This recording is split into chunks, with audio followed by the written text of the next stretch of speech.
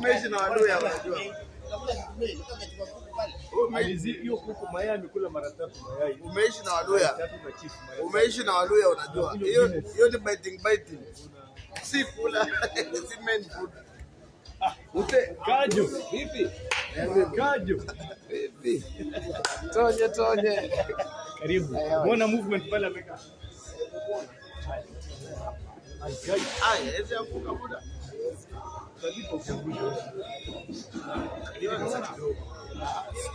Ile shambako ile miwa ile shamba ya pesa ama ile shambako moja miwa.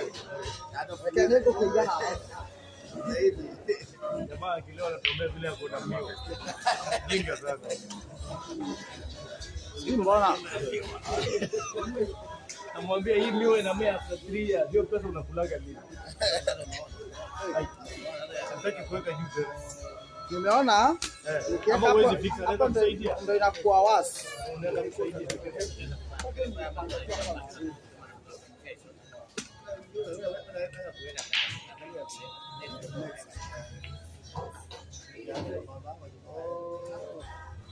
Aenda harusi.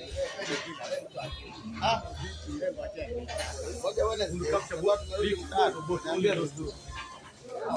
Nakapcha rosto ongea. Saidia haya kwa bei tu za kuja kuja mapema. Maana sio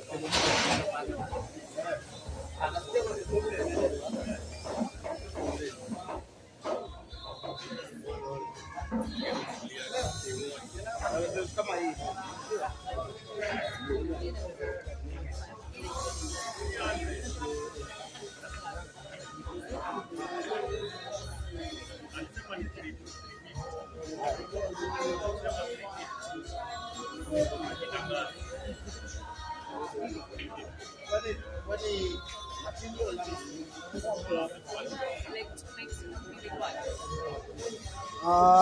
Let me check. But definitely I got. Lovely. Fully charged? Fully charged? You can have the mic. You must get my demon.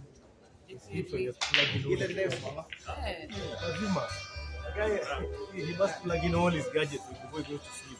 They had it? Are you okay now? Almost. I'll be coming back to plug in my mic. Oh, yeah.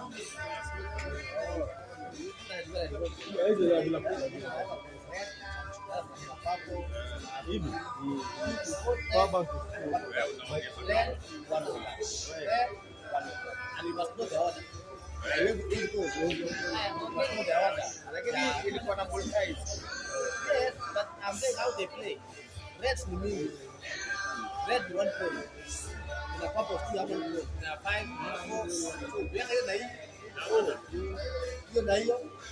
You're naive. That point. Squash everything.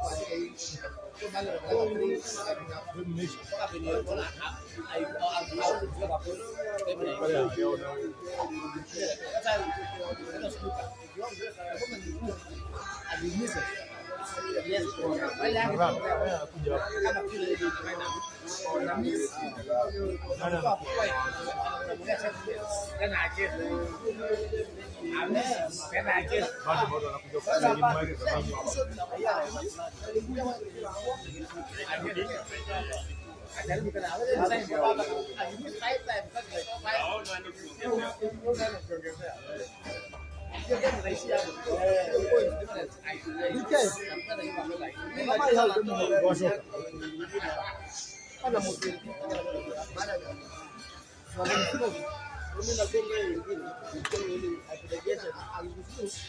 Smile kidogo tu.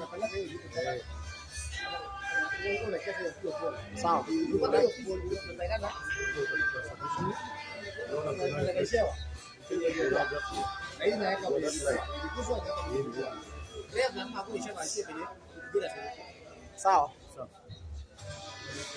Sawa.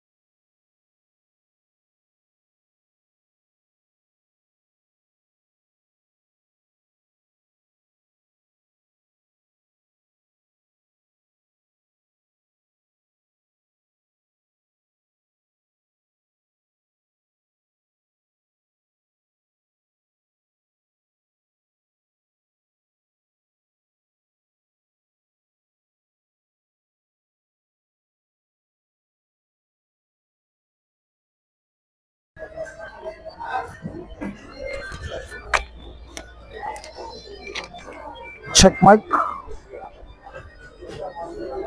Check, check, check mic. 1, 2.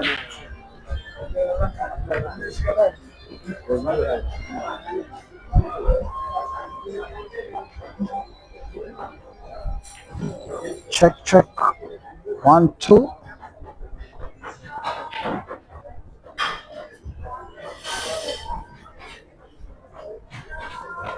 A good afternoon, ladies and gentlemen. Welcome to this live broadcast.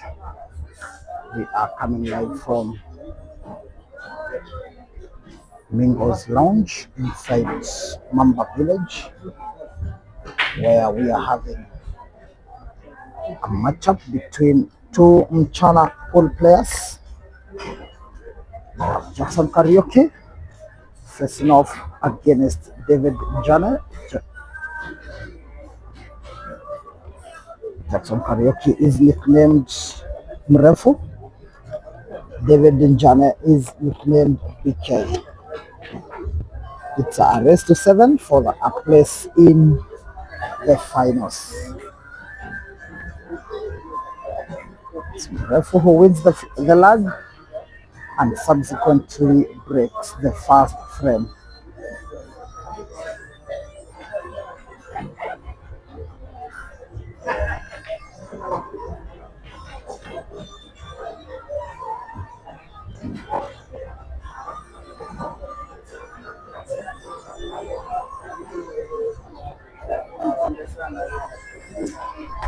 Kuna kengine na kuaga nako ka keyboard kama haka.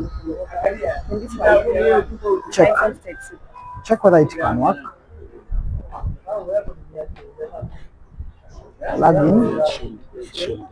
Thankfully, I don't know any of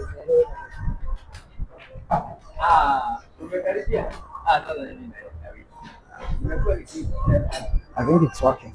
Real? 1, 2, 1, 2, check, check. How will you know? I think I can tell. Maybe.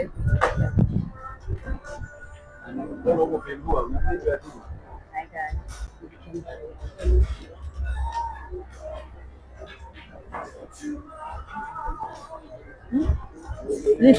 You are live on TikTok. Page gani? Yeah, actually share now. Nitumie WhatsApp.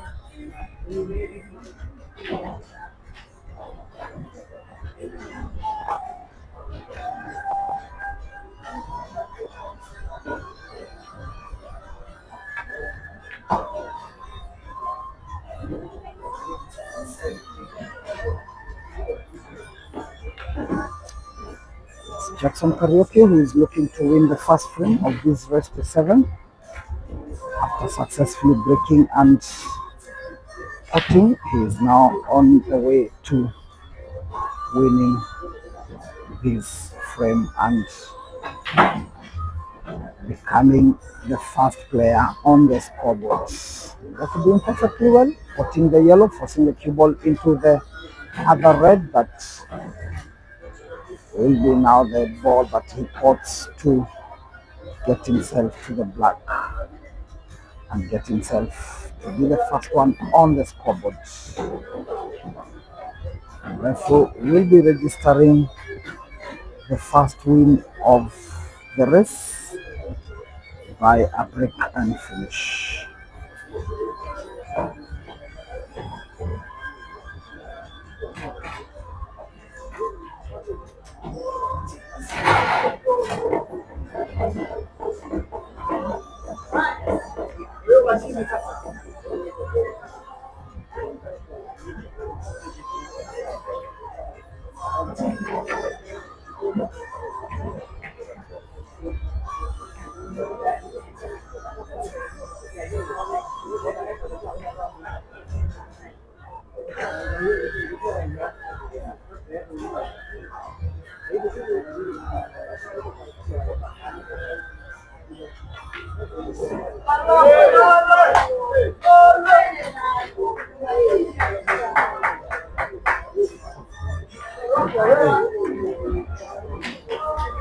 BK will be breaking from number 2 to try and equalize in the second semi-final. We have Rollins Ochieng taking on Henry Mwangi.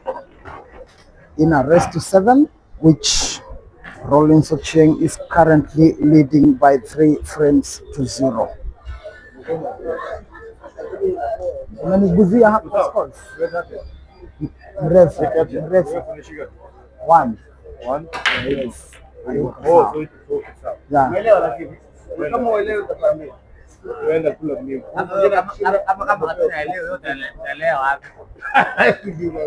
BK breaks and it turns out dry, leaving MREFU with the advantage of an open table. He will be looking to close the table on yellows. They are the more favorable looking balls to go for. MREFU going for the yellow balls, playing a combination shot, potting 1 yellow, leaving himself with a very favorable frame for clearance. MREFU shooting pretty well this afternoon. This is the semi-finals. On table number 2, we have Henry Mwangi taking on Rollins Ochieng in the second semis, in which Rollins Ochieng is currently leading by 3 frames to 0. That match is also live on the Space Next Door YouTube channel. MREFU seemingly on a roll, shooting confidently, looking to win a second major tournament in a row, having won the Timber XO Pool Carnival just a few weeks ago, and now he's looking to take down BK, book himself a spot into the finals, and try to win a second consecutive title.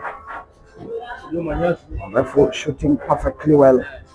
If you're just joining me, let me know where you're watching from. Also, let me know whether you have a clear video and audio as well. MREFU looking very comfortable here, shooting with precision, shooting with accuracy, and making sure that he is winning the second frame by a reverse clearance.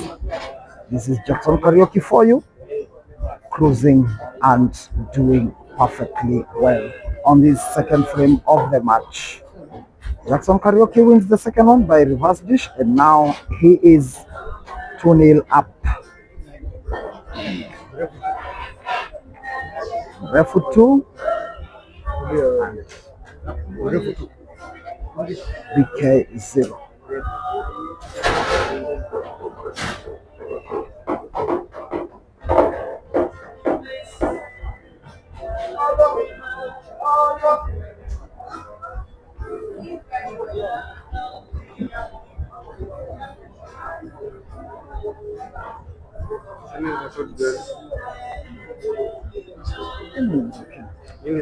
Yeah. This one is a stronger one. In fact, hii ndio original ya hii tripod. It's always a very strong one. So unafungua hapa ndio simu iingie.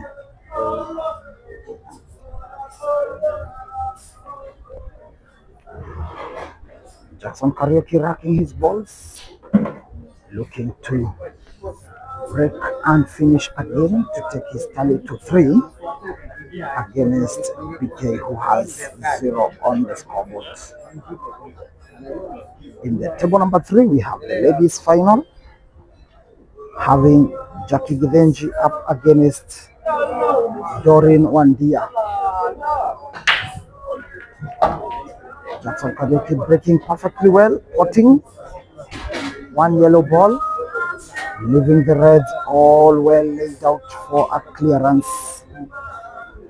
I believe, and I bet this one MREFU will definitely go for the reds, but MREFU has a different thought, opting to go for the yellows via combination shots, potting and leaving himself with a perfect chance for another clearance. I think the red behind a yellow was what prevented MREFU from going for the Reds.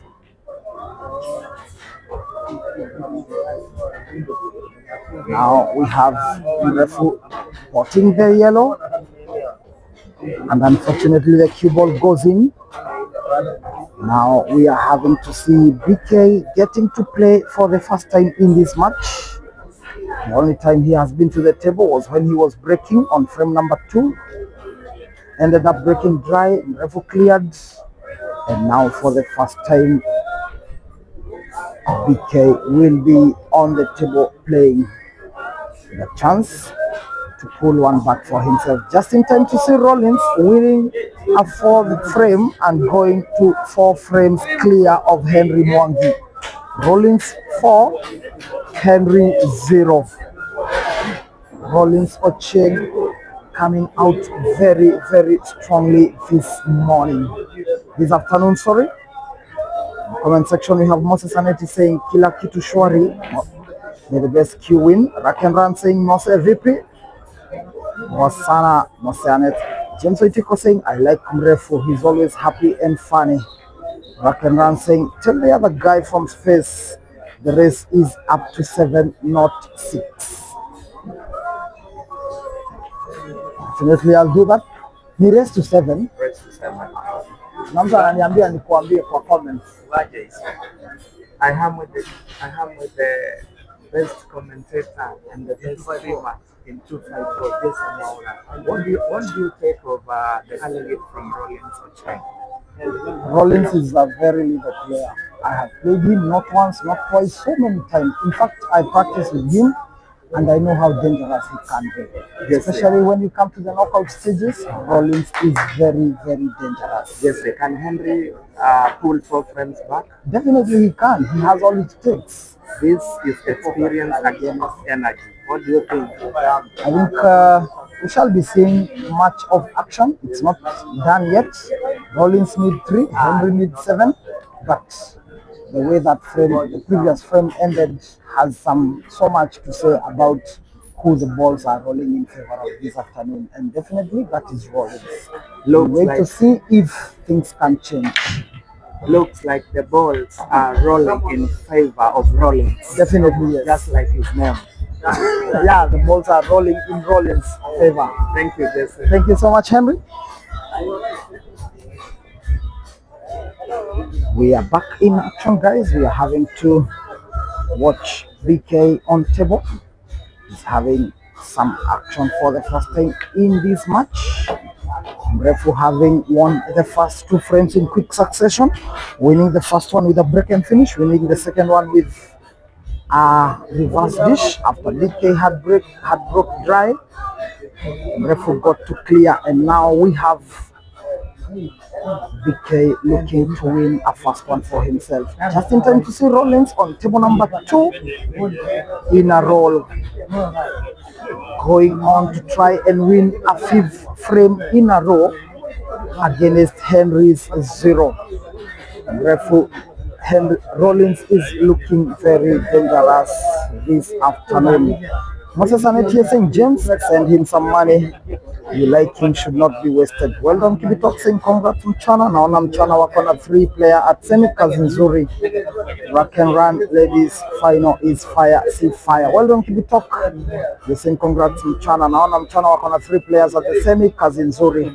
All the credit goes to the Mchana management and the stewardship and leadership of the one and only the chairman of Africa, the chairman of Mchana Pool Club, Mr. JNM, who is the patron of the Pool Club Mchana. A very, very generous man, deciding to take his resources into the game, sponsoring 3 teams into this competition, sponsoring a total of close to 30 players in the singles. And now 3 of them are down to the semis. That is a very great achievement by the Mchana Pool Club. Well done, Kibitok. Thank you so much for that. Pool Billiards Kenya saying, call me anonymous. You are anonymous. Peter Njoroge Bajaja Testy saying, there was a time BK used to be Kenya 1. the conversation about being Kenya 1 can be very long. Anyone can be Kenya 1 anytime in Kenya. Just in time to see Rollins up against the black on table number 2, looking to win frame number 5 and register himself as being on the lead at 5 frames to 0. He doesn't succeed in potting, bringing Wenger back to the table with a chance for a clearance. Some Derito saying looks like MREFU will make it to the finals against Rollins. Sure, there is a high probability. The scorelines are saying just that. Paul Miner, you're saying come on MREFU. Ngubu Bruce, you're saying MREFU is a disciplined player. Paul Miner saying Twende Sana Kevo. That is Rollins. Some Derito saying Mwangi is saying very bad things in the hands of Rollins. Definitely. Rollins is looking very dangerous this afternoon. Rollins gets snookered. James Munyao saying Rollins rolling them balls vile inafaa. Rollins is usually my training partner at the 8 Ball Titans in Overo, and I can tell you for sure he is dangerous when he means business. And this afternoon he seems to mean exactly that. BK shooting perfectly well, leaving himself with a perfect position for a clearance. Rolling going for the massive shot, and this one will go down as a very good shot. And goes for the massive shot and pops the black. That is a perfect shot by Rollins Onyango. Wenger tried to go for safety. Rollins responded with a massive shot, potting the black and taking the lead to 5 frames to 0. Mambo imechemka pale tembo number 2. Rollins 5, Henry 0. BK amefika moja hapa hii. On table number 1, it's 2-1. The advantage is to MREFU, and now it's BK who will be breaking frame number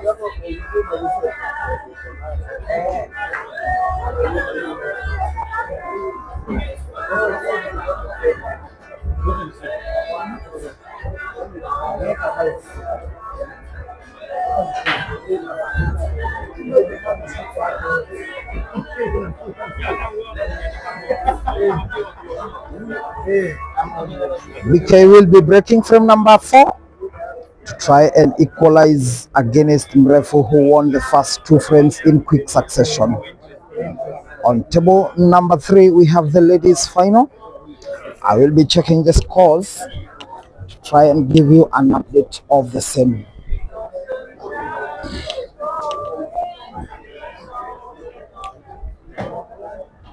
On table number 3, it's Doreen Wandia, the Vice President of the Kenya Pool and Billiards Federation, also the Vice President of the All Africa Pool Association, who is on the lead 1-0 against Jackie Givenchy. And now Doreen is looking to win the second frame. BK breaks dry, MREFU fails to close the table. Now BK has a perfect chance, an open table, to try and equalize here at Mingo's Lounge inside Mamba Village in Nyali, Mombasa, where we have been having 4 days of pool action. This is but the last day of events here. The first day we had the team event preliminaries. We went all the way to the quarterfinals. On Saturday we started with the singles, both ladies and men. Yesterday we went all the way to the semi-finals of the men's singles. We are now awaiting to see the 2 finalists in the men's singles category. In the team event final, we shall be seeing the Mchana Legends take on the Mchana Galacticos. Another superb performance by the Mchana Pool Club in the team event, having to see both of the 2 teams in the final are both from the Mchana Pool Club, the Mchana Legends and the Mchana Galacticos. And still in the team event semis, we had 3 Mchana teams. Goes to say the match effort and input that Chairman JNM is putting into the work, ensuring that the club is shining. Now we have BK looking to win this frame and equalize and put pressure on Jackson Karaoke. BK has been a champion once, not once, but so many times. BK has been the beneficiary of the most moneyed tournaments in the country. He won the Timber XO Pool Carnival Season 1, pocketing $1 million Kenya shillings in the Kenyans only category. BK had previously won the Tamasha Pool Festival like a year ago before winning the Timber tournament, taking home 500,000 Kenya shillings. So BK prouds himself as being the player who has won most money in the Kenyan pool space. This time round, he is up against Jackson Karaoke to try and prevent him from winning 2 major tournaments in a row.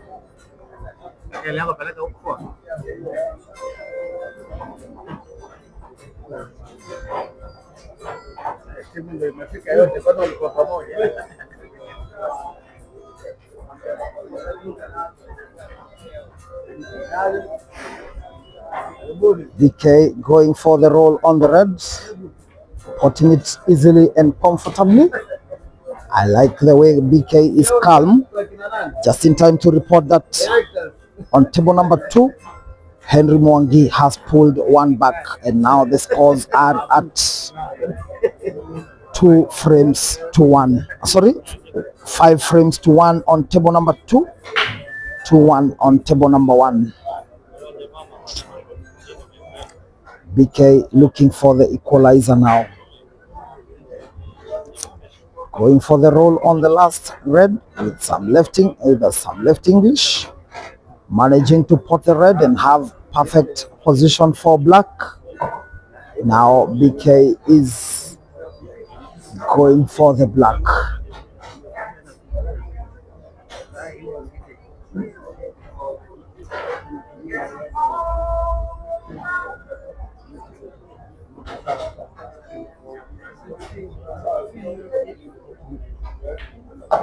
BK potting the black and equalizing things. We are now at 2-all, and it's promising to be a cracker. This one, it's not going to be easy. At some point we thought MREFU was gonna have an easy time, but now BK has just equalized. Pool Billiards Kenya, you're saying Rollins is dangerous. Lotto killed him in Kisumu. Lotto is also one of those very good players in the country. Apparently he did not participate in this Mingo's Pool Extravaganza 2026. Peter Njoroge saying Rollins Bajaja finals. Jothimo saying number 1, 2, 3, 4 taking home how much? Who won team events? Very good insight there you want me to give you. Number 1 will be taking home 60,000 Kenya shillings. Number 1 is taking home 120,000 Kenya shillings. Number 2 is taking home 70,000 Kenya shillings. Number 3 and 4 will each take home 35,000 Kenya shillings, while from number 5 to 8 each take home 12,500. 9 to 16 will get 6,000 each, while those that finished from number 17 to 32 will each take home 3,000 Kenya shillings. In the ladies category, the winner is taking home 40,000 Kenya shillings, second place 25,000, third and fourth 15,000 each, and then from number 5 to 8 is taking home 5,000 each in the ladies category. In the team event, which the final is yet to be played this afternoon, coming up immediately after these finals of the men's singles, we shall be seeing the winner of the team event taking home 150,000 Kenya shillings. Second place team will take home 100,000. Third place and fourth will take home 50,000 Kenya shillings each. And those teams that finished from number 5 to 8 will each take home 25,000 Kenya shillings. We also had a fourth category, which was the ladies team event. We had 3 teams entering the competition. The first team will be taking home 40,000 Kenya shillings and the second 20,000 Kenya shillings. This time we are having to see BK playing a safety. Realizing he has no clear shot in for closing the table, he goes for a safety. MREFU responds with another safety as well. Iko sawa?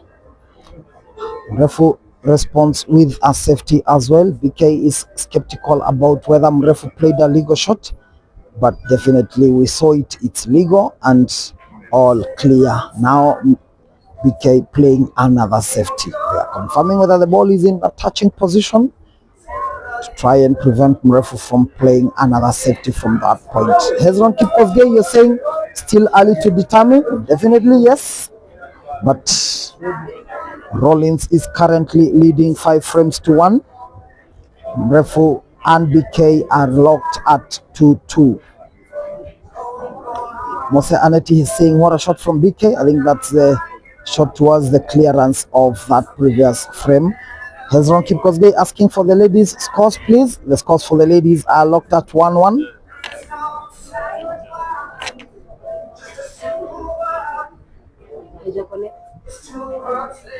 The name of the flash, the mic.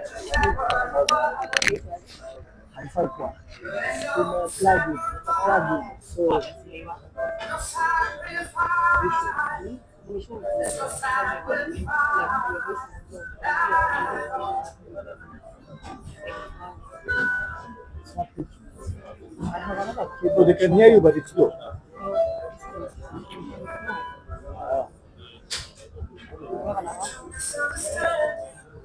I couldn't look up. That's why I didn't bring it to you. I was looking for it. These ones are the ones I'm using. But the plug-in is one.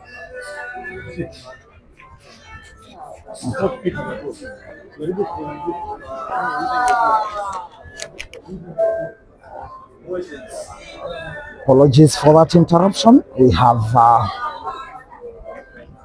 Moses Aneti saying what a shot from Rollins. Now Rollins is shooting pretty well. Hezron Kipkosgei saying Doreen and Jackie scores 1-1. It is.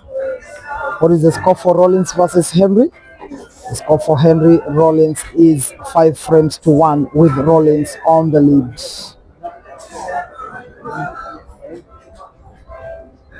Wycliffe Kiplangat saying Rollins is on fire. Hezron saying finally Henry amepata moja, 5-1 now. Hezron Kipkosgei saying here BK na MREFU bado ngumu 2-2. Mose Aneti saying BK is a solid player. Definitely he is. Mbuku Bruce is saying salute to BK. Very brilliant in decision making and execution too. Christopher Mogo saying Lotto is a good player with a good mentality. All Billiards Kenya saying Lotto here could have get to semis or finals. Mose Aneti saying pool can be brutal. Sometimes a single frame can take 20 minutes. And sometimes you can lose 5 frames in 20 minutes, just like Henry. Wycliffe Kiplangat saying comeback ya Henry inaweza kuwa ile ya KK moto sana. Rollins with a chance to win frame number 7 and take his tally to 6. Rollins needs only 2 frames to take down Henry Mwangi and book himself a spot into the finals. The frame on table number 1 is becoming tactical. Each of the players not letting go, each one of them wanting to be in control. Joel Levy, you're saying BK Akosawa. Duncan Chepkoni saying BK and Rollins rematch. Can we see a repeat of the Timber XO Season 1 final? That is only if Rollins can win his semi-final and also BK wins against MREFU. Don't forget that Henry Mwangi is the player who won the last major tournament inside the Mombasa County. That was hosted by Kingston Beach Resort on the other side of Nyali. Henry Mwangi emerged winner bagging 80,000 Kenya shillings this time round. Henry Mwangi is trailing by 5 frames to 1. Pulbidan saying Henrietta Yesu Washuke, come back hawezi. That can be a bit harsh. I don't know how you even get courage to type that. Anything is possible in this game of pool. Anything is possible. Yesterday, we saw KK almost coming back from 4 frames to nil against MREFU, getting to the decider. After KK had been trailing 4-0, he made a comeback and forced the game to go to a decider. So you can never dismiss any player, you can never call a match. It's never over until it's over.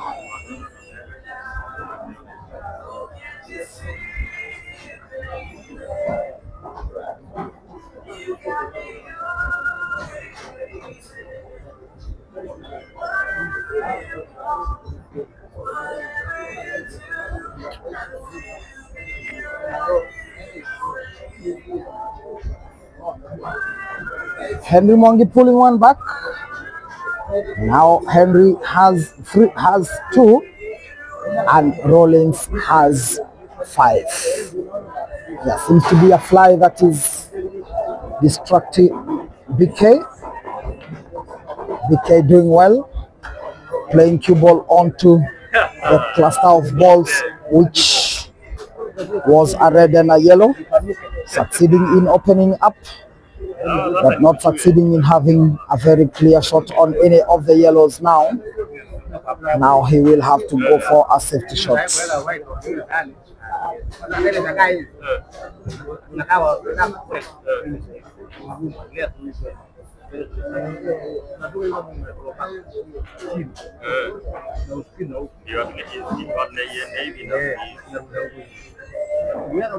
BK plays a safety, and now MREFU is looking to respond with a safety shot as well. Don't forget that these 2 players represent the Mchana Pool Club, but different outfits. MREFU is of the Mchana Galacticos, while BK is of the Mchana Legends. Up until very recently, they used to be teammates in the Mchana Knights, but after the reshuffle of the teams, we now have MREFU representing the Galacticos, while BK represents the Legends. They will also be meeting again in the team event final, so this is just but a warm-up of what to expect in the team event finals.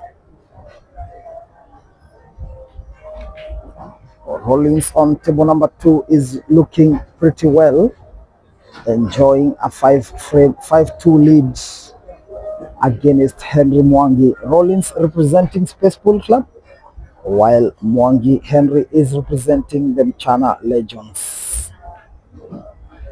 2 players of the Mchana Legends are in the semi-finals, 1 from the Galacticos and 1 from Space Pool Club. MREFU responding with a safety shot. Safety for safety, blow for blow is what we are seeing here this afternoon. Just in time to see Doreen Wandia winning frame number 3 and taking her tally to 2 frames to 1. And now it's Doreen Wandia who takes the lead. Doreen Wandia is the Vice President of the Kenya Pool and Billiards Federation, also the Vice President of the All Africa Pool Association.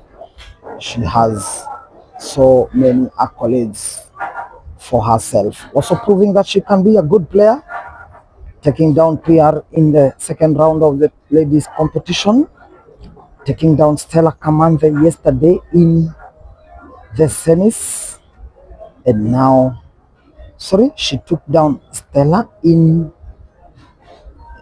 the quarters and took down a player that I don't know so well in the semis, and now she booked herself a spot into the finals against one of the finest Kenyan players by the name of Jackie Givenchy, who is now trailing by 2 frames to 1.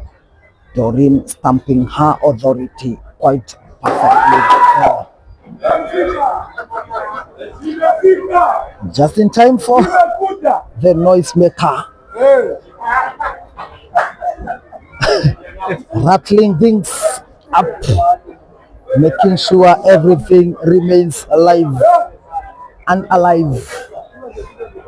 Definitely, this is Mingo's Lounge inside Mamba Village, where we are having all the action coming live, and all of it can be caught live on our live streaming channels.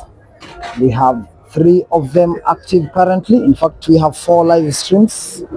We have the ladies final, it's live on TikTok using the Penina and Jockey TikTok page. Don't forget that the 3 players, PR, Doreen and Jackie, all represent the Phoenix. The Phoenix is a ladies pool club. It's a ladies team comprising of 6 ladies who play from the Mchana Pool Club. We have Doreen Wandia, we have Penina Rose Njoki, we have Jackie Givenji, we have Stella Kamande, we have Jambi, all of them representing the Phoenix. And now it's BK who will be potting the black for the third time in the race to overtake MREFU, who started very strongly. Now it's BK who has the lead at 3 frames to 2.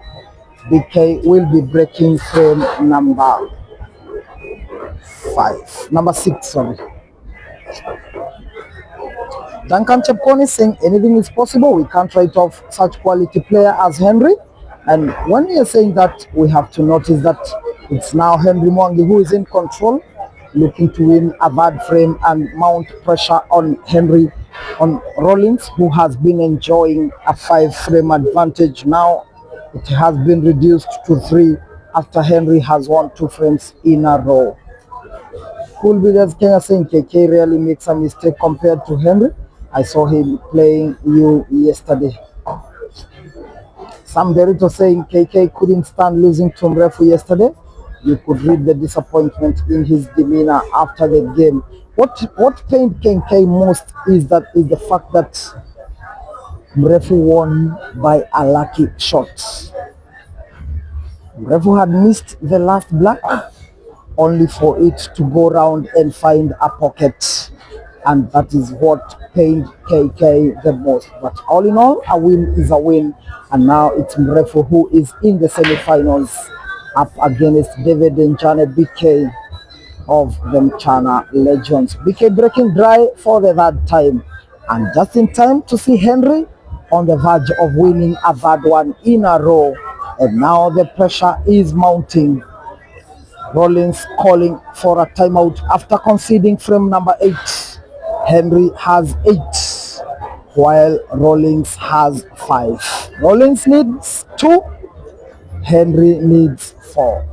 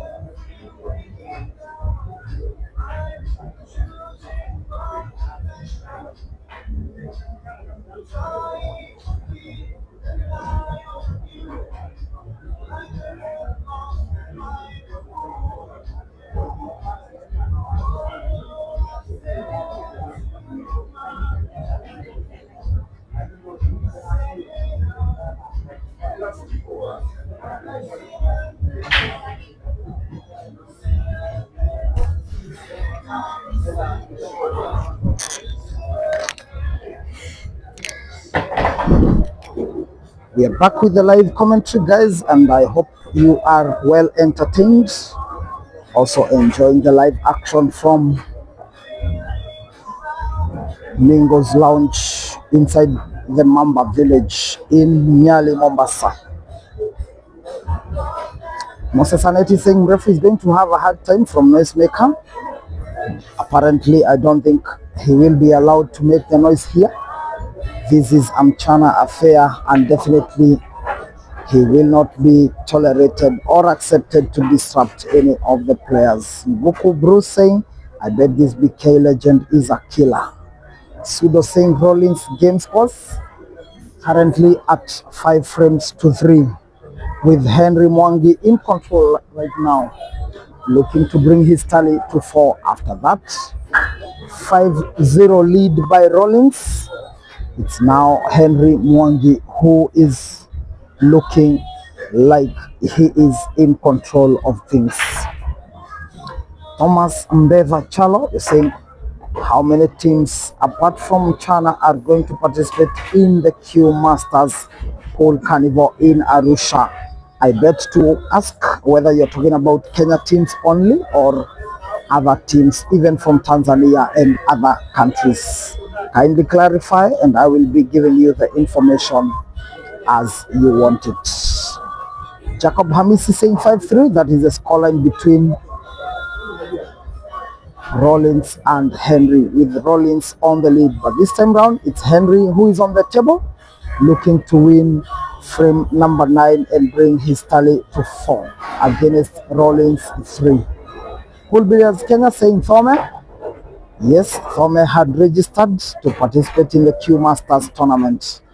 MREFU drawing the Q ball from a very difficult situation. The black ball is not having an easy path to go in, and so MREFU will have to go for a safety shot. Henry Mwangi doing perfectly well, looking to find the perfect cue ball for black. Vic Preston Jr., you're saying network? I bet you can check on your side, Vic Preston. The network is good on my side. I'm not sure whether anyone else has a challenge with their network. If you do, please let me know. MREFU? Unataka aje? Oh, angalie.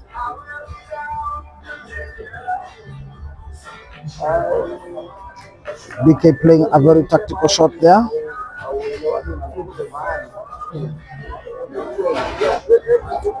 Thomas Mbeva Chalo, yes, Jesse. Just Kenyan teams. Former Pool Club had also registered for the tournament, and I'm sure things remain as that right now, but we shall be having the full info in the coming week. Not any other Kenyan team had registered for that tournament apart from former Pool Club and the Mchana Pool Club teams. Jacob Hamisi saying finals, Rollins versus MREFU. Gorebro saying picture and sound is very fine. Maurice Madeka saying video and audio is okay. So Vic Preston Jr., Vicky, kindly check the network on your end. Everyone else is happy with what they are seeing and hearing. Thank you so much, guys, for always tuning in. Don't forget to like the video as well. No, none of us except 13 have liked the video, but we are so many of us, close to 200 of us and 50, but only 13 people have liked the video. Just in time to see Henry winning frame number 9 on table number 2, and now mounting the pressure on Rollins.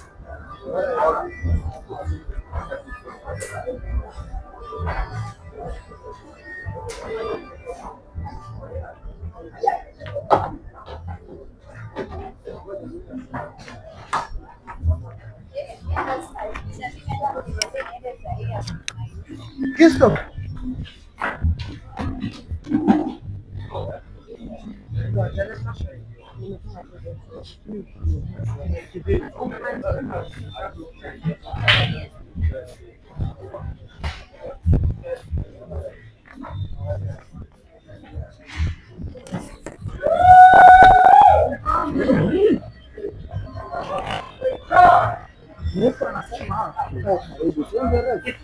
Kuna position practice hicho ya anataka ukiwa mrefu.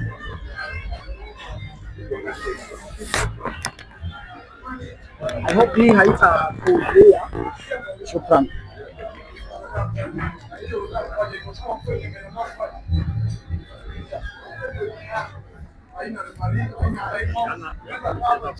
Shukran. Shukran.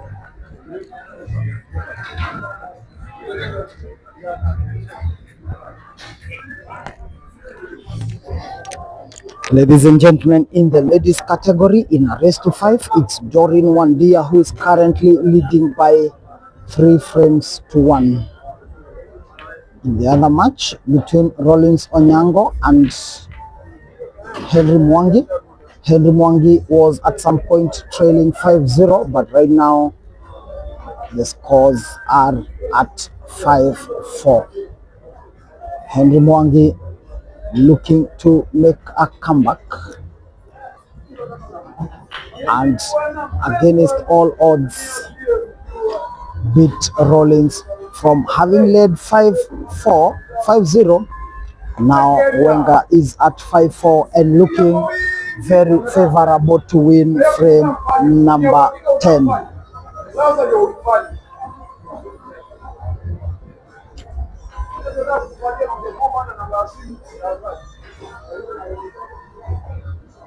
Thank you so much, guys, for tuning in. Thank you so much also for keeping me company with your comments,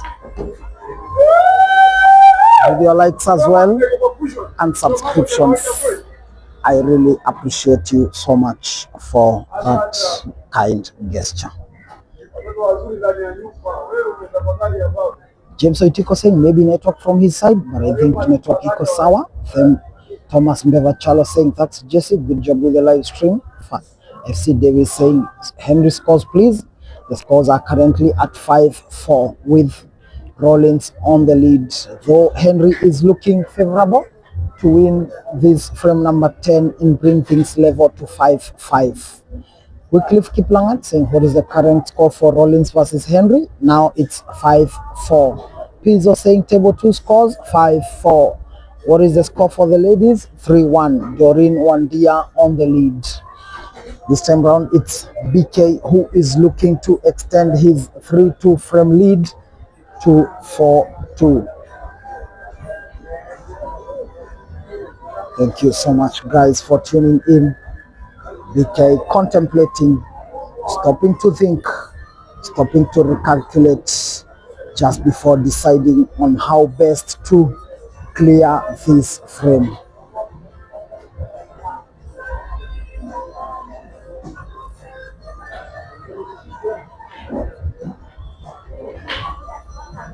Wale wakujui majina anaitwa Chinaman. Msijali, take area, fikiria kwa wiki.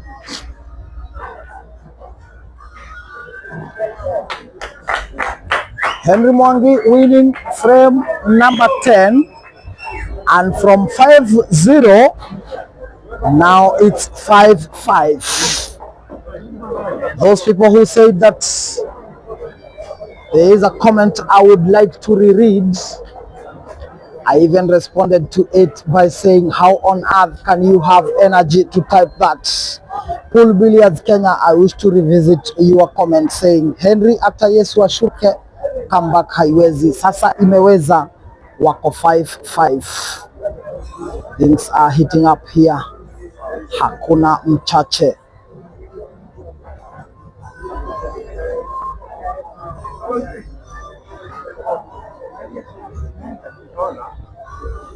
Henry 5, Rollins 5. MREFU responding from the snooker to pot the black of the cushion. Now bringing things to 3-3.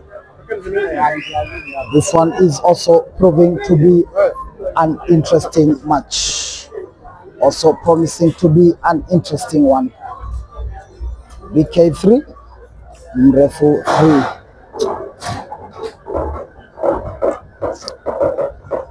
3. Q Assassin saying BK is very slow, even in baby shots, he's making everything boring. Peter Njoroge saying Rollins ameanza kucheza killer. Hezron Kipkosgei saying Henry is coming for a comeback. Currently they are now at 5-5. Moses Aneti saying Henry's experience is catching up with Rollins' energy. The Minor King is saying come on KK. Peter Njoroge saying noisemaker. Pool Billiards Kenya saying Henry wa Yesu, Rollins will still win. FC Davis saying wewe shot mayai, let's go Kachali. Titus Minor saying MREFU ni moto. Minor King saying apana taja Yesu ovyo.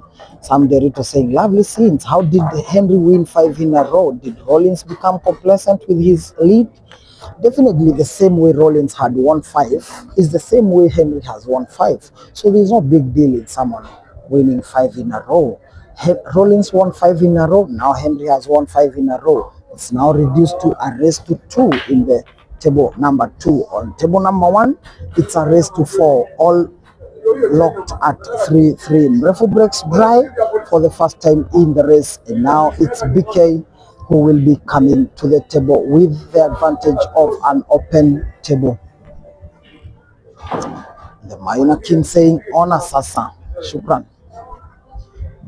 Hezron Kipkosgei saying Henry might sail to finals. He has the confidence and determination. Pool Billiards Kenya saying kwani Yesu ni Christopher Mugo saying Henry just like Mamba will hardly win.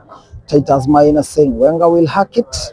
Hezron Kipkosgei saying Rollins ameanza kutense, he's getting pressure from Babashiro. BK closing the table on yellows.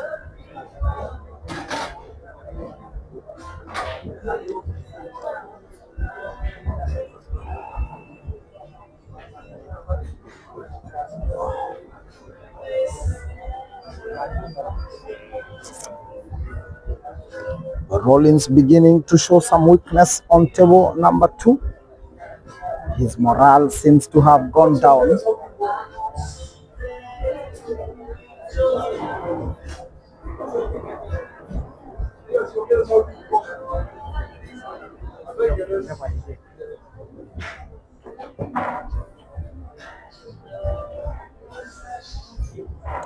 BK going for the cut on the yellow, doesn't succeed in potting, bringing back MREFU to the table. And what I've noticed with these players is that every time you bring a player back to the table, regardless of the chance, you are bound to lose. Yesterday we saw in the team event semis, one young player, Gele, bringing back Captain City to the table. Eventually, City won the frame and the match for the Galacticos. But that was a real scare for the Galacticos from the Raiders. They had led 8 frames to 2. And at some point, the Raiders had a chance of winning the match.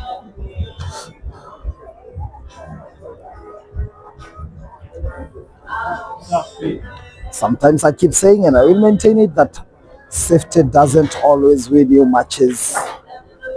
Sometimes it's okay to play safety, but you can't be sure. You can only win a match by potting your balls. So whenever you have a chance of potting, just like MREFU has done, that is the only way you can win your matches. MREFU doing perfectly well, doing diligently, doing us due diligence here, making sure that he has control of the match. Now looking to take the lead again, having won 2-0, leading 2-0. BK came back, even winning a third one, taking the lead 3-2. MREFU has just pulled one big shot off the cushion to pot the black to bring things level to 3-3, and now it's MREFU who is going for the lead.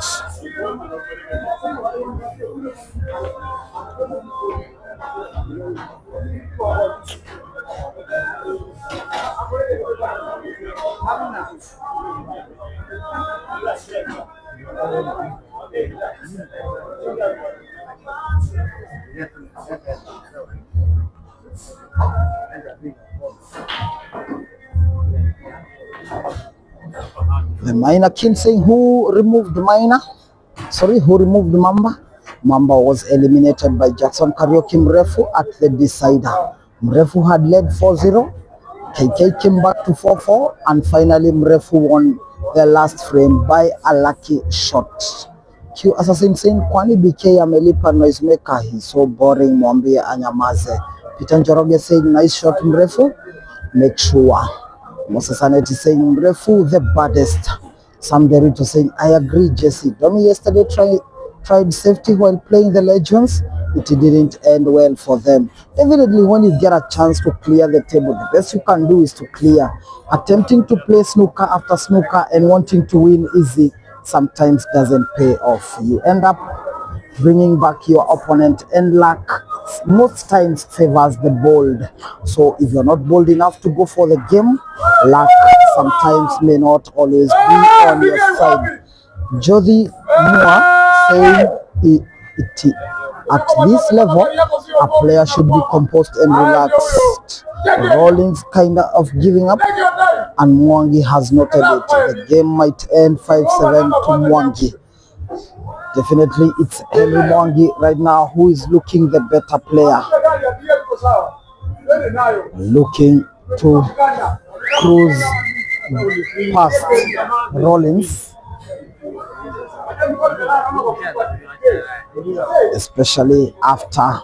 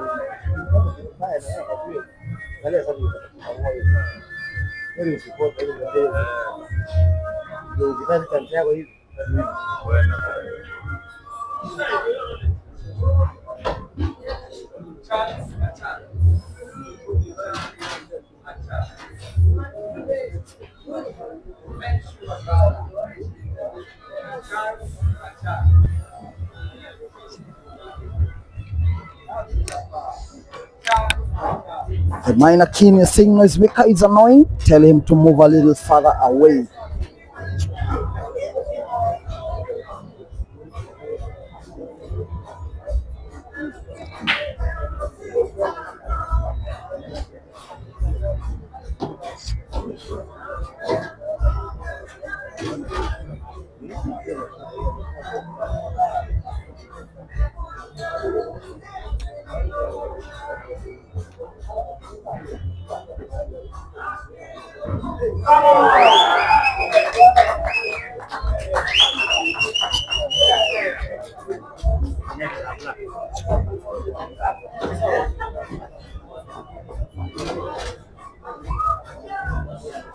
BK winning frame number 7, taking his tally to 4 frames against 3 from MREFU. MREFU calling for a timeout. Now we shall be having a break, at least to have a breather. Q Assassin saying the way Noisemaker is behaving is childish. Mwambie awache utoto. Hii ni dabe ya mchana unless BK is involved in irritating MREFU through Noisemaker. Peter Njoroge saying, just say I think Noisemaker is distracting MREFU. Moses Aneti saying, where? Q Assassin unalalamika sana. Chanting and cheering is part of the game.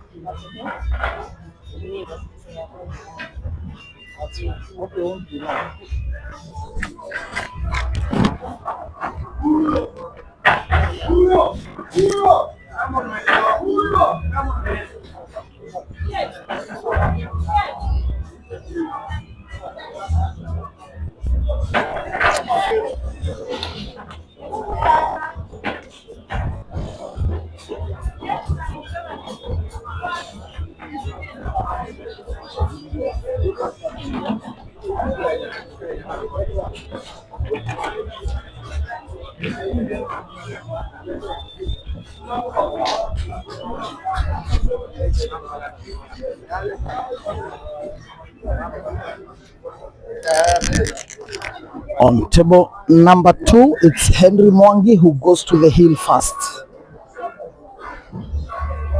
mounting a comeback that is so magnanimous, so immense, so huge. We might have to zoom in there to see that break by Henry Mwangi, who is looking to take down Rollins Ocheng. Henry Mwangi on the break. On table number 2, Hot One yellow ball, looking to win this frame and take down Rollins Ocheng, who led 5 frames to 0. Now it's Henry Mwangi who is on the hill.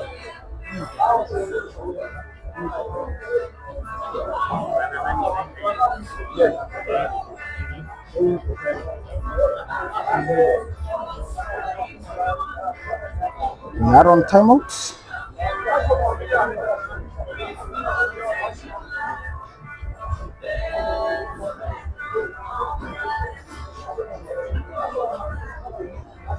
Henry Mwangi going to close the table, going for the reds, doesn't succeed in potting, and now it's Rollins Ocheng who comes back to the table with an advantage, looking to win this frame number 12 and bring things level.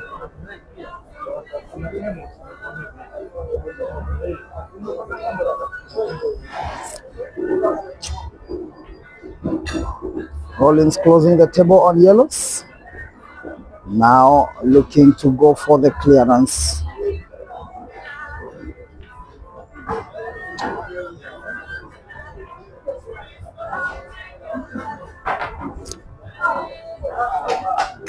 Rollins shooting pretty well, playing a drawback to open up the 2 yellows that were seemingly problematic.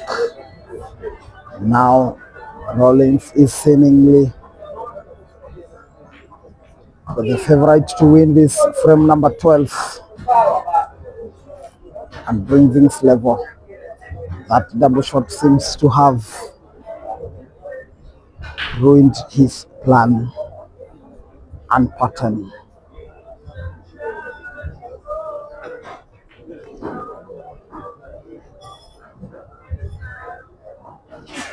We are on timeout on table number 1. That's why we have had to shift the camera to table number 2 to see that second last frame. If Rollins is to win, it will be the second last. If Henry wins, it will be the last one of that match.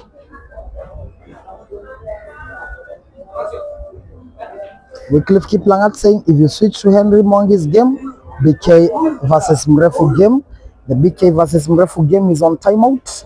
That is why we have had to zoom in to watch Henry versus Rollins. We are having a break on table number 1.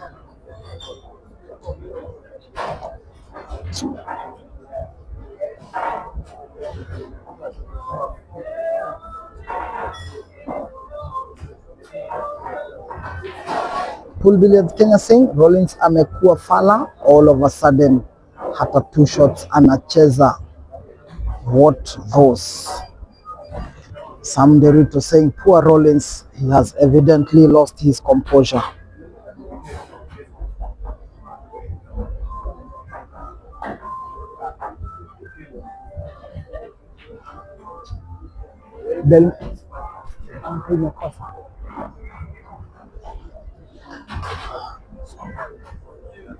Now we have Henry Mwangi with a chance to win the match and take down Rollins.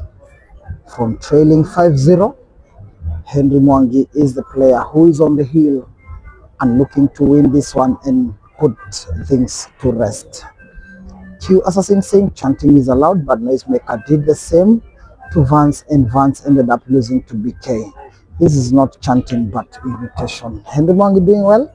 Duncan Chepkoni saying this, not giving up Rollins, collect yourself and fight on. Wycliffe Kiplangat saying Rollins seemed to have accepted the defeat from the way he played that free shot. If you switch to Henry Mwangi's game, BK versus MREFU game, that game is currently on a break. User Q, you're saying ita huyo Noisemaker muulize simu ya mkopa aliacha Kasarani Equity ndo asilipe.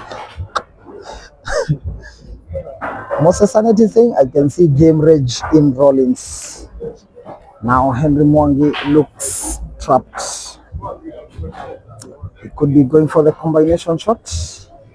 The best option would be to go for a safety. Now Henry Mwangi is calculating to see if he can play a combination shot, have one of the reds coming to bottom left corner pocket and also the other one rolling downwards. Now Rollins is snookered and we shall have to zoom in back again, zoom out to continue with the match between BK and MREFU.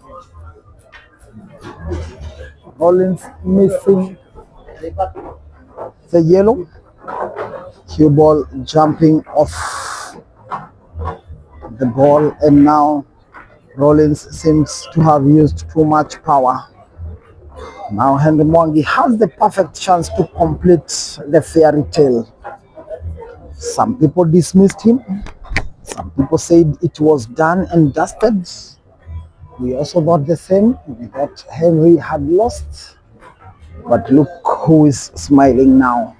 Henry has a free shot and 1 visit to bring things to a rest. BK will be breaking on table number 1, looking to extend his 4-3 lead.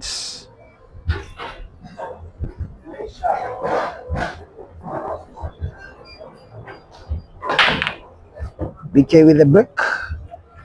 It's a very hard one. Hotting 1 yellow ball, leaving himself with a chance for a clearance.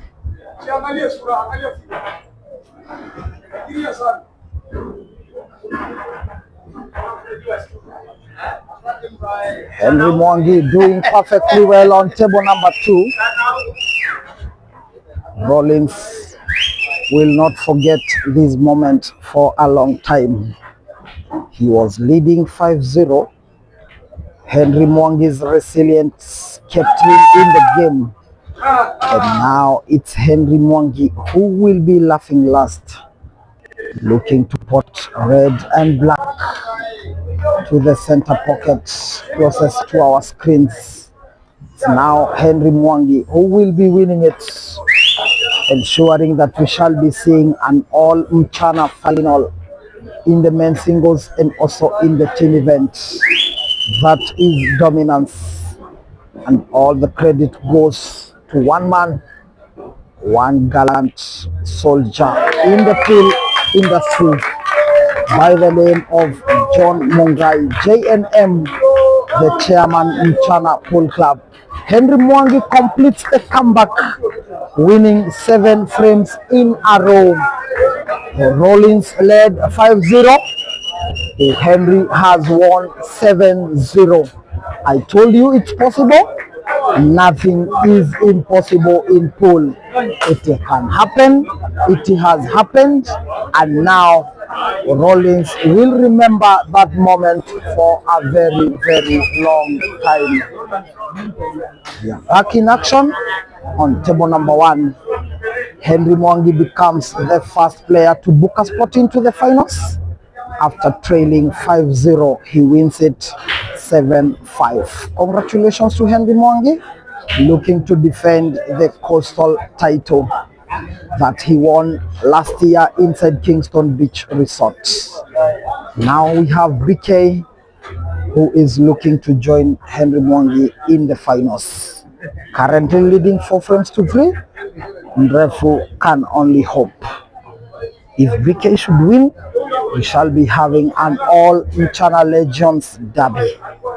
We want to separate things. MREFU represents the Galacticos, BK represents the Legends, and despite them being both Mchana Pool Club, they both represent different outfits. MREFU is of the Legends, while MREFU is of the Galacticos, while BK is of the Legends. If BK should win, we shall have an all Legends final. BK wins frame number 8 to take his tally to 5 frames against 4.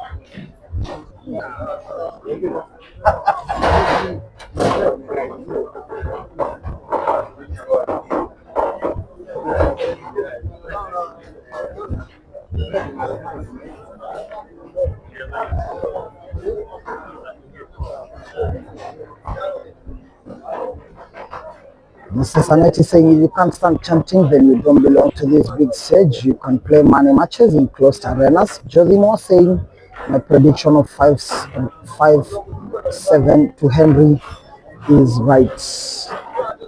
Wycliffe Kiplangat saying game over. Monsignor saying Mafrrr. Wycliffe Kiplangat saying Jackie on fire. Some Derito saying it was too early to call the game in favor of Rollins. Henry has outdone himself on this one.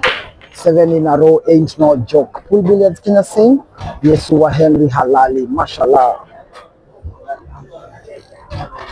Ted saying Jesse, how are you Ted? I hope you're good. Thank you for tuning in. Hezron Football here saying Henry won straight 7 frames. Definitely yes. Congratulations from Ashiro. Alex Moshasha saying Pool keeps giving. Rollins became complacent. Moses Aneti saying congrats Henry. The fairy tale is complete. Definitely that is a fairy tale. Alex Moshasha saying Henry will win the finals, I bet. Pool Billiard saying hapa BK amekazia MREFU. Mr. Festa saying come on BK. It's MREFU who will be breaking from number 9, looking to come closer to BK, who trailed 2-0. MREFU started strongly, winning the first 2 frames in quick succession. Now BK has responded aggressively and he is having a 2-frame advantage. The minor king asking what's the full name of BK. BK goes by the name of David Njane. BK has won 3 frames in a row now. Sorry, he has won 2 in a row. MREFU won the first 2, BK won 3. MREFU won 1, and now BK has won 2 in a row.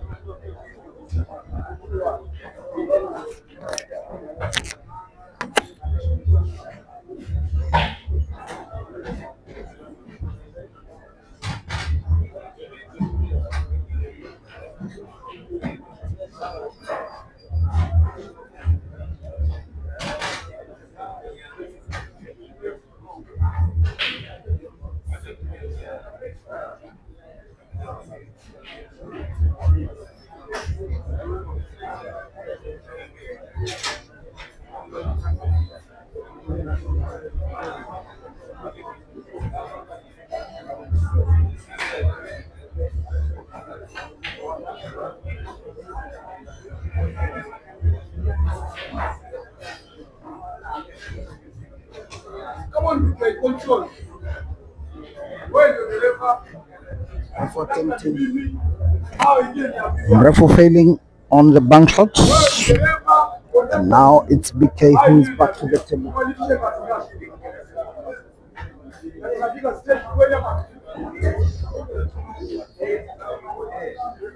In the ladies match, Doreen was leading 3-1 at the break. Jackie Denji came back after the break, winning 2 in a row.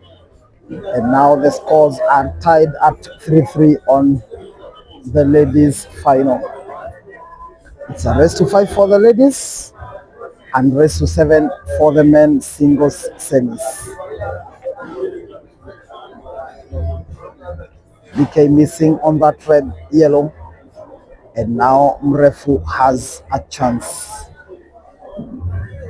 What can he do with it?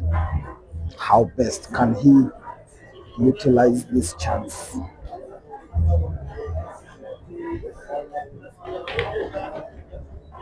MREFU going for power, looking to open up one of his problematic reds. Ends up potting BK's yellow. And now we have BK with the chance and the advantage.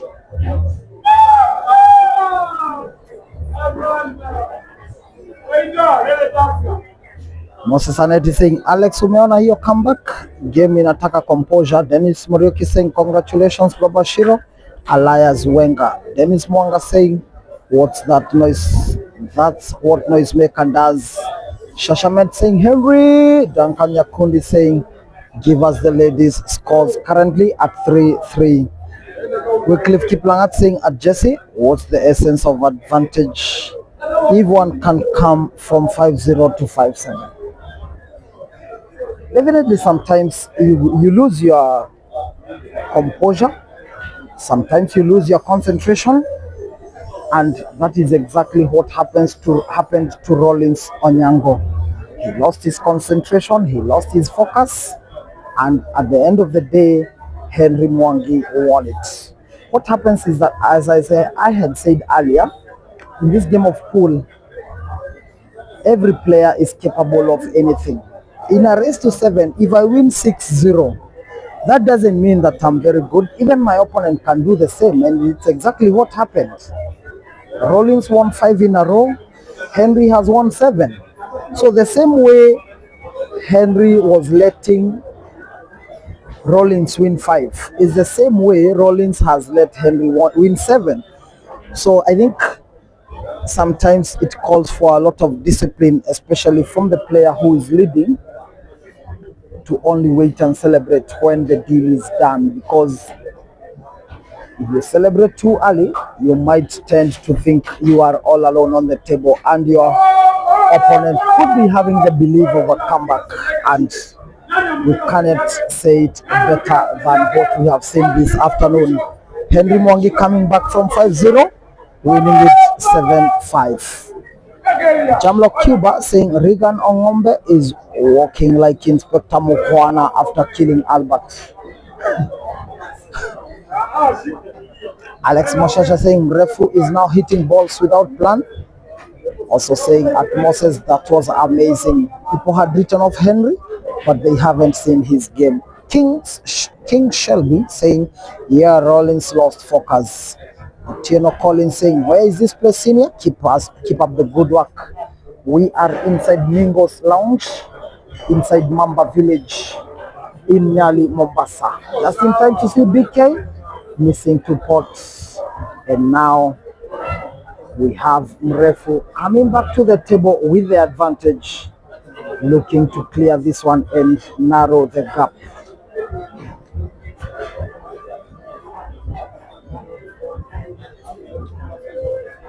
MREFU going for the clearance. Wycliffe Kiplangat saying from 5-0 to 5-7. That's unbelievable comeback.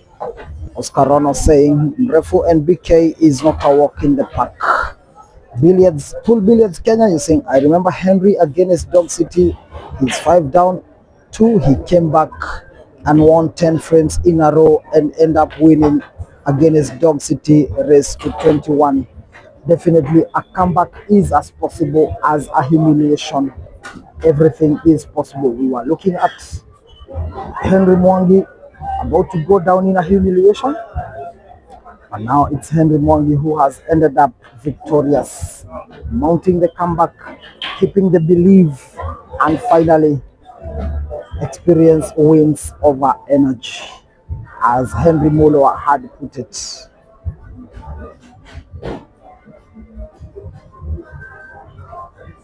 Therefore going for the black, putting it with the ease to the center pocket closest on our screens, and now MREFU can only smile.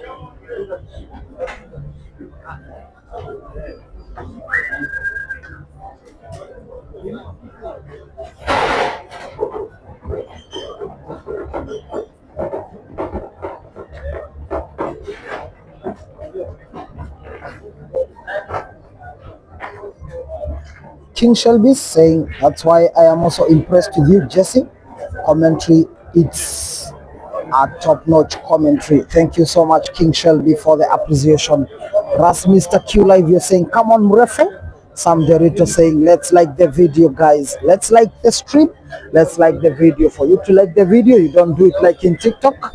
You close your chat panel, then you tap on the thumbs up icon on your dashboard. That is how you like the video on YouTube.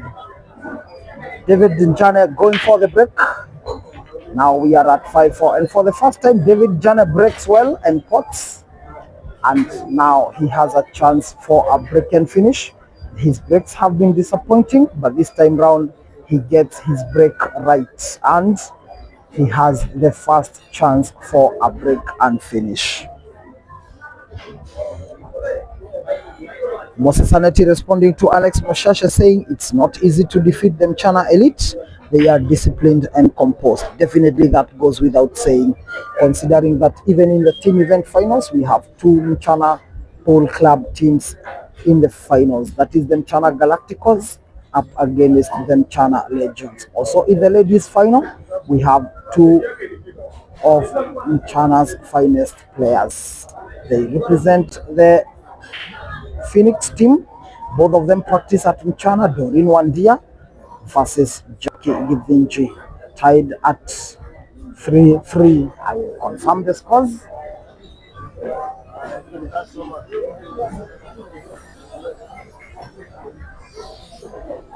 Wow, Jackie has overtaken Doreen, and now Jackie leads by 4 frames to 3. Jackie needing only 1. Jackie needing only 1 to take down Doreen Wandia, who had led 5-3-1. I'm joined in by the noisemaker. Good afternoon, noisemaker. Good afternoon too. People are complaining that you're making too much noise in the Mchana Derby. What do you have to say about that? Kindly, that is my job. If you want me to be quiet, kindly, can you just ask my M-Pesa number so that I can be quiet? That is noisemaker saying amelipwa kupiga kelele. Exactly. BK, my boss. And we are going to the final. So you are behind BK? Exactly. I'm the BK fan. The big fan for BK. Even I was sleeping. Then nikaamushwa nikaingia WhatsApp nikapata BK versus MREFU. BK nikakuja mbio na pikipiki nikiangalia online. BK na no. Kenya one is playing. MREFU missing on that bank shot, as we were listening into what the noisemaker has to say regarding how he's making noise in this match, saying he has what it takes to support BK and he wants BK to win this match. Pool Billiards Kenya saying, but Pool can disappoint you. Henry was leading 2012 against Mose, but I can tell you Henry didn't win that match. Definitely I remember that match in the in one of them Chana Sunday battles. That is one of the ways in which the Chana Pool Club players practice. So coming back from 5-0 by Henry Mwangi just shows you how resilient, how patient he can be, and how disciplined he can be. That is a comeback of a lifetime. Congratulations to Henry Mwangi. Wenga, I will be bringing in Henry Mwangi to tell us something about his comeback. Good afternoon, Henry. Hey, how are you? How are you, Henry Mwangi? Very fine. Tumeona ukipiga comeback kutoka 5-0 mpaka 7-5. Ilikuwaje? Ulikuwa unasikiaje ukiwa 5-0? No, when I lost 5-0, when he was 5-0, I told myself this game is over. Ulijiambia imeisha? Nimejiambia imeisha, kajiambia, lakini akinipea chance I'll go and take it. Sasa nikaanza kupata chance zangu polepole, moja kwa moja. Ulipofika 6-5, ulikuwa unafeel aje? Bado ulikuwa unaona kama I feel I have already won. You felt you have already won. Yeah. Congratulations, Henry. Mafans wamefurahia sana, wanasema haingewezekana. Hata kuna mwingine alisema hata Yesu akishuka hawezi kama. Sasa hivi wanakuita Henry wa Yesu. Ati umewapea shoti mayai. There was a race I played in Uganda. Yes. That was what I was telling that guy. It was a race to 10. Race to 10. And I was 9-1 down. 9-1 down. And I won that race. You won it 10-9. Yes. You won 9 frames in a row. I won 9 frames. I was 9-1 down. I won 10. Nilikuwa nawaambia mtu anaweza pigwa hata 10-0 na wewe uweze kushinda pia 11-0. Yeah. Depending on how best you take your chances. Yeah. Your discipline iko juu sana. Unakuwa tu patient, unangoja ushinde wakati amekupiga 5-0. It needs a strong mentality. Strong mentality. Yeah. Na ninaona mnaibuild sana pale mchana kutumia Sunday battles. Yeah. Kuna wakati Mose alikupigia comeback kutoka 2012. Unakumbuka hiyo race? Kutoka 2012. Ulikuwa 20 na Mose alikuwa 12 na akapiga comeback. Nilikuwa 19 akiwa 15. Kaenda hiyo. Na akapiga comeback. So Sunday battles zinasaidia kuwa na such discipline. Yeah, strong mentality. That mentality is coming from those matches. Hey. Yeah. Tunashukuru sana Henry for your insights. Congratulations and all the best in the final. Thank you.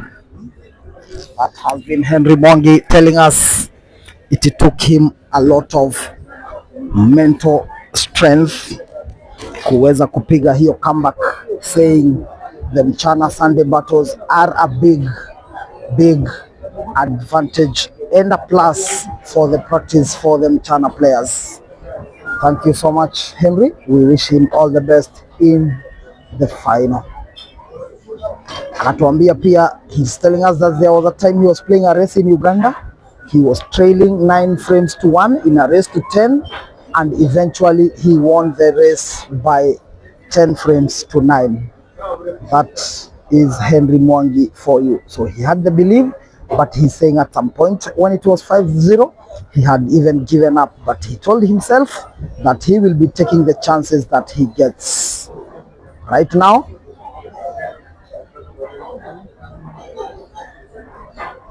Henry Mwangi is telling us that he decided to take his chances one after the other. MREFU is looking disappointed at the noisemaker, ushering the referee to make sure that he is controlled to stop distracting him.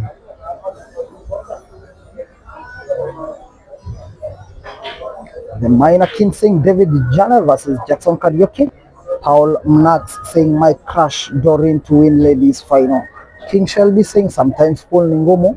You can remember the game between KK and Fahad Farah. Alex Moshasha saying at Moses, that is very true. MREFU going for power, porting the second last red to black, having the cue ball to go back up table and back again, and now He has full sight of the last red to black.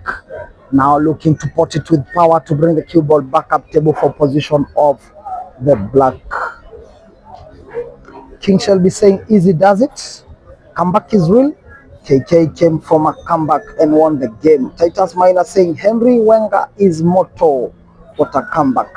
Wycliffe Kiplangat saying at Jesse, please interview Henry. We just did that and he's telling us so much about how he made the comeback. Ngubu Bruce saying this has been a hot and exciting match to watch. Just in time to see MREFU bringing the cue ball in perfect position for an equalizer. We now have MREFU 5 and BK 5. Paul Billiard saying Henry Wayesu Kabisa. It was 12-19 to 15-20. Alex Mashasha saying big up Mchana chairman for building a tough team. Big up to you, Mr. JNM, from wherever you're watching from. We really appreciate the support and the effort you are putting in making sure that these players are elite and professional and to the level that is competitive. This team will be traveling to Arusha in a few days' time. The Arusha competitions will be starting on 27th, so we expect this team to be out on the road to Arusha anytime starting coming week. So we hope to find support there. That will be an international event and we hope the fans will be in support of the three Mchana teams while they travel to Arusha. There will also be a singles event which I also hope to participate in. Oscar Rono saying Henry Ashawai Nirushia Mahinde. Moses Aneti saying big up guys, we are fully entertained. Thank you so much guys for tuning in. We are now locked at 5-all. Race to 2 it is now. Who will win the first two and emerge victorious? MREFU to break frame number 11. Goes for the break. Pots one red ball. The yellows are well lined out. MREFU should definitely go for the yellows here.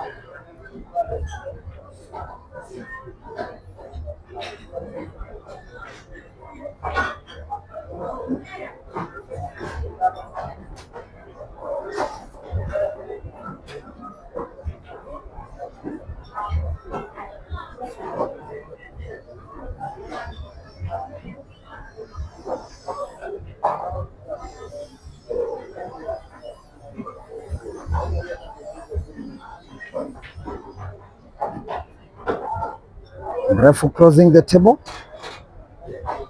Now he is in control of frame number 11.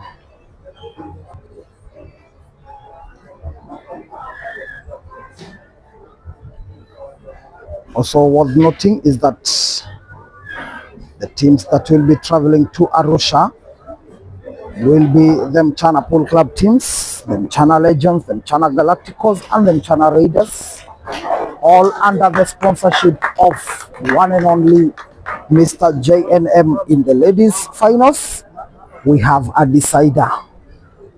Jackie 4, Doreen 4. It's a race to 5 in the ladies final and it will be decided by the last frame.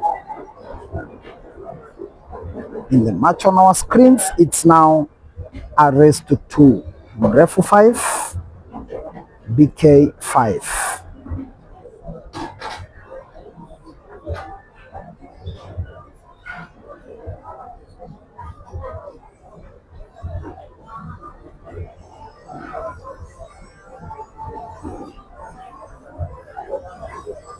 MREFU taking his time to decide his shots, wanting to be very sure that he doesn't make any mistake. He doesn't want to see an all legends final. He wants to defend the name of the Galacticos, wanting to book a final between a legend and a Galactico in the men's singles, just like we shall be seeing in the team event finals. The legends will be taking on the Galacticos in the team event final. What a cracker, what an afternoon, where we shall be seeing two of the finest teams in the country, The Mchana Legends taking on the Mchana Galacticos, all because one man decided to have the best of pool players in Kenya, making it to the top most awards and prizes in most of the tournaments. This time round, it will be an all Mchana final in the men's singles and an all Mchana final in the men team event. MREFU becomes the first player to go to the hill, winning frame number 11 by break and finish, just like he did in the beginning of the match. He won the first frame by break and finish and won the second one by a reverse dish. This time round, MREFU goes to the hill first, and he will be looking to hope that BK breaks dry and win the frame by a reverse dish. BK also hopes that this time round his break won't disappoint him. He wants to have the best break and also portable and possibly gain control of this frame number 12, which could be our second last piece of action in this well contested semi-final. BK going for the break.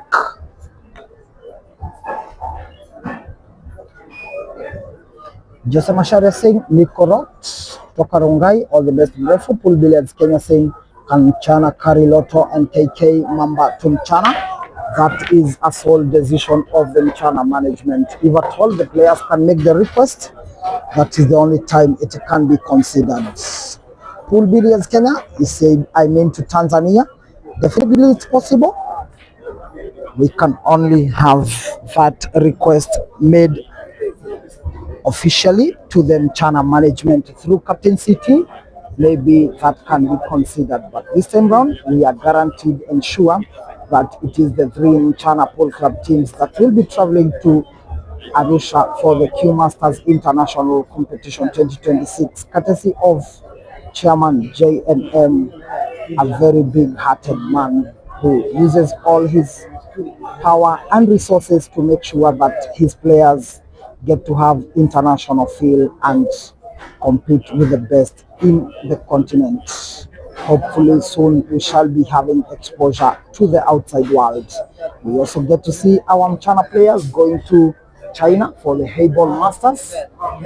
The most recent one being a very successful outcome by three Mchana players, one of them being BK, who is currently on table, nicknamed Chinaman. We also had Fahad Farah and Collins to ACT, all traveling to China for the Hayball Masters, all courtesy of our one and only Mr. JNM. We really appreciate your generosity and kindness. Oscar Ono saying, come on, MREFU. David Otieno saying, MREFU is final, is MREFU versus Henry, MREFU to win. If we are to see a MREFU versus Henry final, we shall be seeing a repeat of what we saw during last year's Mchana draft, which was a competition organized to recruit two players into the Mchana Pool Club teams, where MREFU played Henry in the final. Eventually, Henry emerging winner, Chairman JNM deciding that MREFU should also join the team that traveled to South Africa then. That is what we are saying when we say Mr. JNM is very kind and generous. That will be a cracker of a match. If we should have either MREFU or BK in the final against Henry Mwangi, who has pulled a comeback from 5-0 against Rollins Ochieng to winning 7-5. Alex Moshasha, you're saying BK looked like he's running away with this, but now pressure is mounting on him. Pool Billiards Kenya saying MREFU returns 3 in a row. George Ndongo saying at Mchana, Maura is the noisemaker Kife, or who is he? Noisemaker is a guy by the name Felix Ambwete. He's of the Mombasa Pool Club teams. He's not Kife. Kife is Andrew Kibe, who is also Mchana Legends player. He plays for the Blast Masters, which is Mchana Legends team that did very well also, going all the way to the quarterfinals, losing to the Legends, who are the eventual team event finalists. MREFU doing perfectly well, drawing the cue ball backward, celebrating Ali, urging his fans on, and now MREFU will be potting black for the 7th time in the race to win this frame and also win the race and book himself a spot into the final. That is MREFU for you. Celebrating, going all the way to shake hands with his brother and teammates and clubmates. Jackson Karaoke celebrating and having to pat some fans. That has been Jackson Karaoke for you, winning the second semi-final and booking a spot into the finals. I will be interviewing MREFU just to have an insight of what he has to say regarding that win. MREFU, kuja usalimie mafans wako. I want to get an interview with MREFU. Come on, man. Niko hapa MREFU. Good afternoon, MREFU. Afternoon too. How are you feeling? Unasikiaje vile umeshinda hiyo semi-final? Niseme kuna game nimeacha hapo kama singemakinika sana. Nilikuwa nichapwe 7-2. Unasikiaje? Unasikiaje lakini? Nasikia nimechangamka kabisa. Umechangamka. Yes. Tungoje nini kwenye finali? Unacheza na Henry. Matokeo kama hiyo. Kama hiyo. Yes. Na tunakumbuka kwamba MREFU ulipigwa na Henry kwa ile mchana draft final. Kuna shot alikupigia kali sana. Unaikumbuka hiyo shot ya bank shot? Sasa utangoja apige kama hiyo this time ama utamaliza mapema kabla ya malo haraka. Design ya KK venye nimkimbiza hapo na mafanzi wangu. Jana KK karibu apige comeback. Jana KK si ulikuwa umempiga 4-0. Akakuja mpaka decider. Yes. Na ile black ya mwisho ni ya mteule. Maana yake ni kuangukia uliangukia. Hiyo jina si ya kubahatisha. Kwa manake mteuliwa akiteuliwa haikuagi kuchange. Hakuna kingine. Wewe ndiye mteule. Si ndio huyo. Lazima ikue. Shukrani sana MREFU, tunakutakia mazuri kwenye finali. Thank you. Na pia kwenye team event final mnacheza na Legends. Thank you. So sasa tuko na final mbili. Final ya team event ni Legends na Galacticals. Yes. Wewe ni wa Galacticals. Yes. Na final pia ya singles ni Legends na Galacticals. Tutarajie matokeo gani pia kwa team event? Bado hapo tunawachapa. Tutarajie magoli 4. Au wengine walete 9. Wewe zako zitakuwa 4 kwa team event. Yes. Asante sana MREFU. Shukran. And all the best in the next one. Thank you. Karibu sana. Bye. That has been Jackson Karaoke telling us that we expect him to deliver 4 frames in the team event, and also we expect to see him winning the singles, saying he will deal with Henry Ali enough to ensure that he doesn't get to see a comeback. Thank you so much, guys. I've been your host, Jesse Maura. I will be moving my camera to where we have the ladies final just to catch the final action of that part. We are in a decider. Jackie Givenju is up against Doreen Wandia and they are locked at 4-4. This is the decider in the ladies finals. Don't go away. We are going to see the ladies decider. Jackie Givenju on yellow, while Doreen Wandia is playing the reds. Jackie Givenju going to open up. The only problem, yellow ball ends up committing a foul, and now Doreen has the advantage.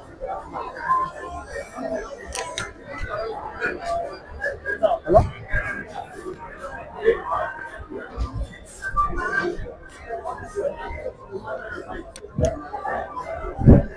Doreen with the advantage, deciding to play Jackie's yellow on to red, looking to play the red into position. I don't think that was a very good decision, especially because Doreen has 2 more problem balls.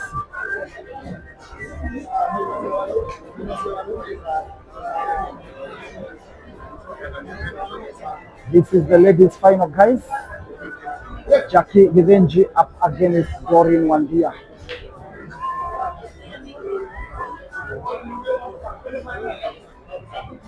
Jackie is the player that has been winning these competitions more often than Doreen, but Doreen is also proving to be a force to reckon with and standing firm and strong to face off Jackie in this final This is but the last frame of the ladies final.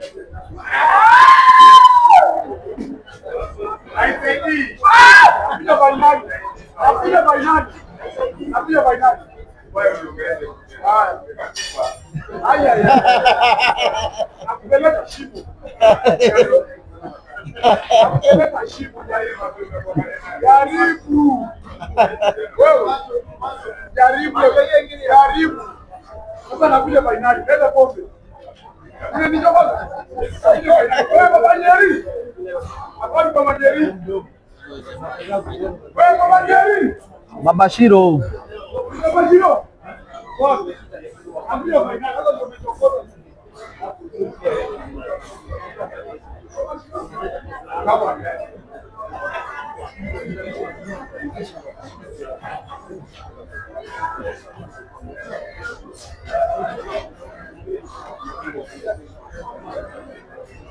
Someone here saying Jesse changed the scorecard? Definitely I have. It's now 4-4 in a race to 5. This is the decider.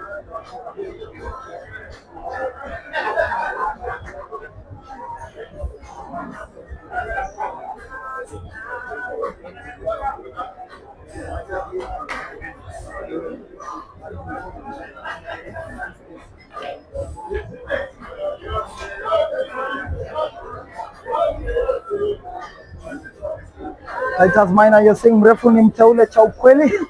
Definitely ile shot alipiga jana ya KK ndio anatuambia hiyo ni mteule, na mteule lazima akuwe ameteuliwa. Congrats mrefu. We look forward to a very interesting final.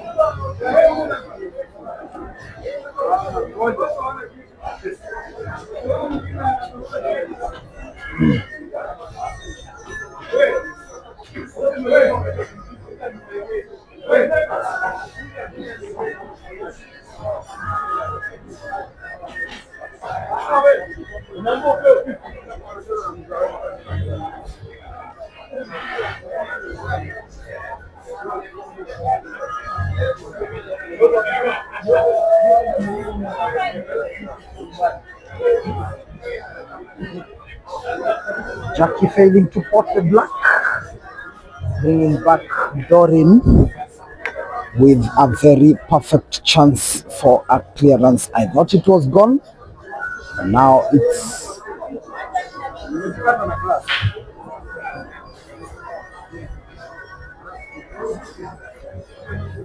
Dorin Wandia with the chance, looking to take down Jackie and win the first major tournament for herself. Overrunning the cue ball, now needing to cut the red that is frozen by the bottommost rail. Dorin should have played the first red with minimal power. Cue ball seems to have overrun, but Dorin has what it takes to cut the red. He's going for the cut, looking to find the best position to stay in order to cut it. Dorin going for the cut, doesn't succeed in potting, and now it will be it will be Jackie Givenchy who will be winning it. Jackie going for the black, potting it with ease and winning it and getting an embrace from Dorin. It's Jackie who is the champion. She wins the ladies finals, and now we shall be taking a break, waiting for the men finals, which should be coming up in about 30 minutes. I've been your host, Jason Mora, looking to see you in the next one. Have a good afternoon.